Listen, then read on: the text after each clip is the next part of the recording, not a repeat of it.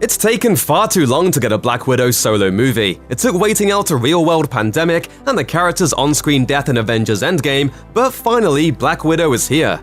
Confused about some of the plot's twists and turns, here are the biggest unanswered questions we have about Black Widow.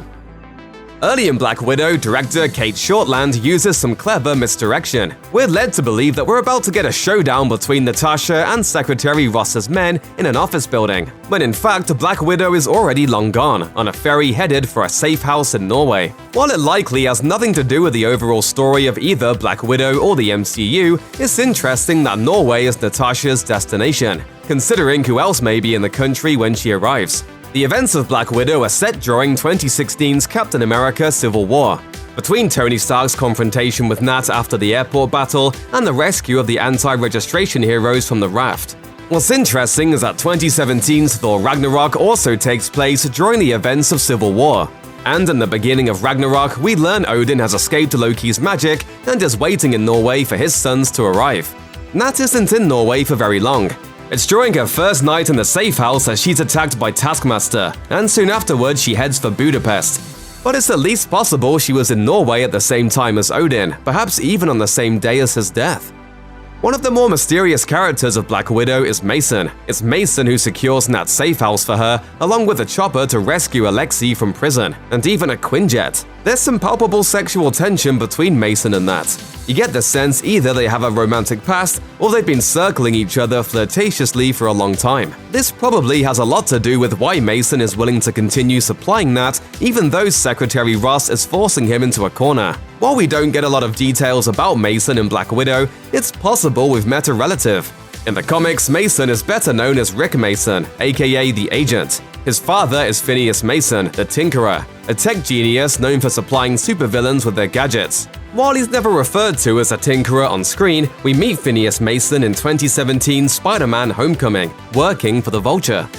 When we first meet Alexei in 1995, he's clearly already an adept storyteller, considering he's been hiding his family from the authorities for years. Still fits. He's still telling stories just before Nat and Yelena spring him from prison. In particular, he enjoys regaling his fellow prisoners about his supposedly epic battles with Captain America.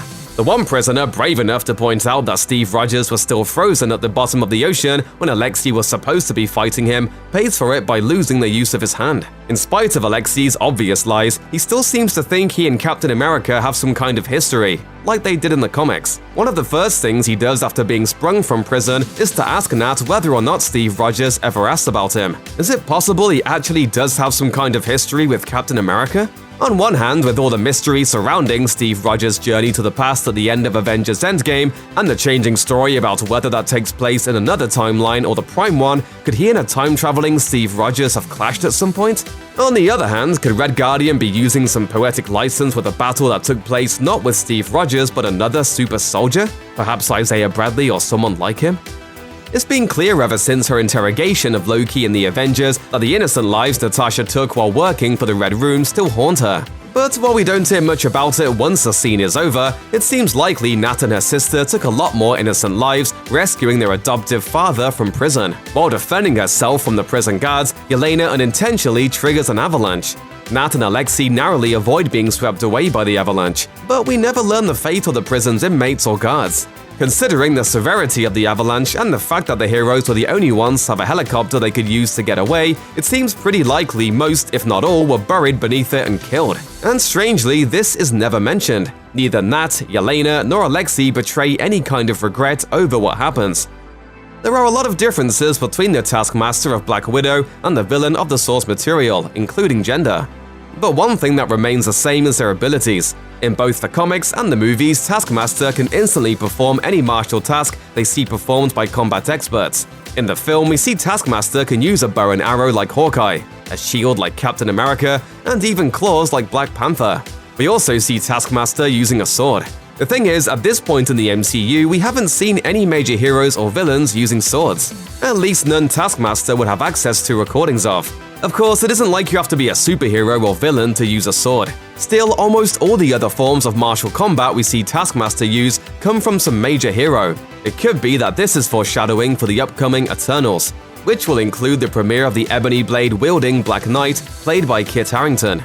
Of course, another Marvel hero famous for wielding swords is a vampire hunter, Blade, who Mahershala Ali is set to play. We know for a fact parts of Eternals will be set in the MCU's past, and it's possible part of Blade could be as well. If recordings of either heroes exist, it could explain Taskmaster's own skill with a blade. We get teased with the possibility of learning about Natasha's birth parents toward the end of Black Widow. Dreykov acts as if he's going to give Nat her mother's name, then cruelly says only that her headstone reads unknown. Shortly before her death in Endgame, Nat gets the tiniest of crumbs from the Red Skull. He calls her Natasha, daughter of Ivan, and moments later we learn that, until the name came out of the Skull's mouth, Nat didn't know so much as his first name, much less his last. All she's able to learn from Melina is that the story she was told about her mother abandoning her was a lie. Sadly, with Nat dying in Endgame, it seems unlikely we'll ever learn anything about her birth parents. Since Yelena appears set to continue to be a part of the MCU going forward, it could be that she'll investigate further. But we'd assume she'd be much more interested in learning about her own origins, and maybe finally getting to the bottom of the pose. Why do you always do that thing? What thing? The pose! It's a fighting pose, you're a total poser. We don't actually see much of Dreykov before the end of the film, but if one thing is clear, the guy likes to brag. With what he thinks is a helpless Natasha, Dreykov opens up about his global network of mind-controlled widows and the kind of power they give him. The scene feels a lot like the AI Zola bringing Steve and Nat up to speed on Hydra and Bucky in Captain America the Winter Soldier. But with one exception, we never get any solid idea of exactly what the widows have done. Dreykov gives some very broad strokes about what he can do with the widows. He makes the kind of boast you'd expect, that with them he can topple governments, he can destroy economies, and so on. And it's clear that, yes, for a while, now the emissaries of the Red Room have spilled plenty of blood. But we never learn exactly what kind of power moves Dreykov has made with the widows. Has he toppled governments? Has he destroyed economies? Exactly how does the world of the MCU look different because of what he's made his widows do? It turns out all the widows, including Nat, have been conditioned to be unable to directly attack Dreykov while in range of his pheromones. Nat pretends to be surprised by this, but we learn she and Melina worked it out earlier. Melina tells her that she will need to completely sever a nerve connected to her olfactory system, essentially losing her sense of smell to bypass Dreykov's pheromones. Nat tries to get Dreykov to do it himself by provoking him into beating her, but when he can't finish the job, she does it for him. So does this mean Nat is completely without her sense of smell for the rest of her life? She painfully resets her broken nose after Dreykov escapes, but severing a nose sounds fairly, well, permanent. It doesn't sound like something that could be corrected by resetting a broken nose. By the end of Black Widow, all of the surviving widows are freed from Dreykov's control. Before leaving Dreykov's office, Nat downloads the data about other widows across the globe, and she hands it off to Yelena. Alexei, Melina, and Yelena leave with all the widows, including Taskmaster. So what are the widows and the rest of Nat's found family doing now? In most likelihood, they spent some time locating and liberating the rest of Dreykov's widows, but the present-day MCU is set in 2023, 7 or so years after Black Widow. We know from the post-credits scene that Yelena is working for Contessa Valentina Allegra de Fontaine, aka Val. Don't call me that. Copy. Val, who we were introduced to in The Falcon and the Winter Soldier, seems like she would certainly love to get the rest of the widows on her payroll. But that doesn't mean the widows would feel the same. Perhaps some went to work for Val, some became freelancers, and maybe others did their best to build normal lives. Then there's the question of what happened to Alexei and Melina.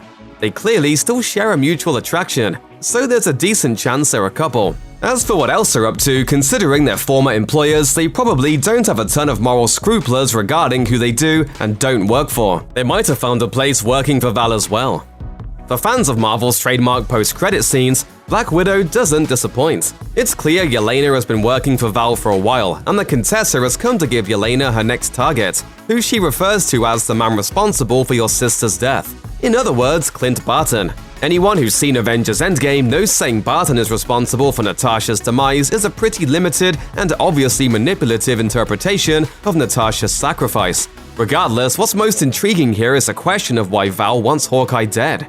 Without knowing more about Val and her agenda, the most obvious answer is that it has something to do with Barton's vigilante activities as Ronin in the years between the events of Avengers Infinity War and Endgame.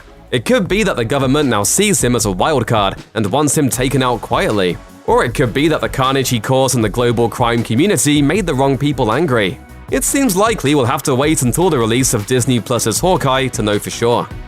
For fans hoping that the MCU is building its own big-screen Thunderbolts, a Marvel Comics team composed of mostly either reformed villains or heroes with criminal past, the post-credits scene of Black Widow offers some promising teasers. The very fact that Val appears in the scene is a hint. She's introduced in The Falcon and the Winter Soldier, a series which had long been rumored to build the foundation for the Thunderbolts' entry into the MCU. Along with featuring Bucky and Zemo, both of whom have fronted their own versions of the Thunderbolts in the comics, the series sees John Walker recruited by Val, and considering Walker's actions in the series, he certainly rates as a guy who could use some redemption. Val's meeting with Yelena can only add more fuel to the speculation.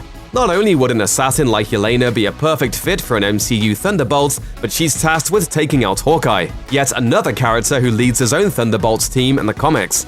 We'll have to wait and see, obviously, but the more Val shows up, the more likely it seems she's planting seeds for a team that isn't quite as clean-cut as the Avengers.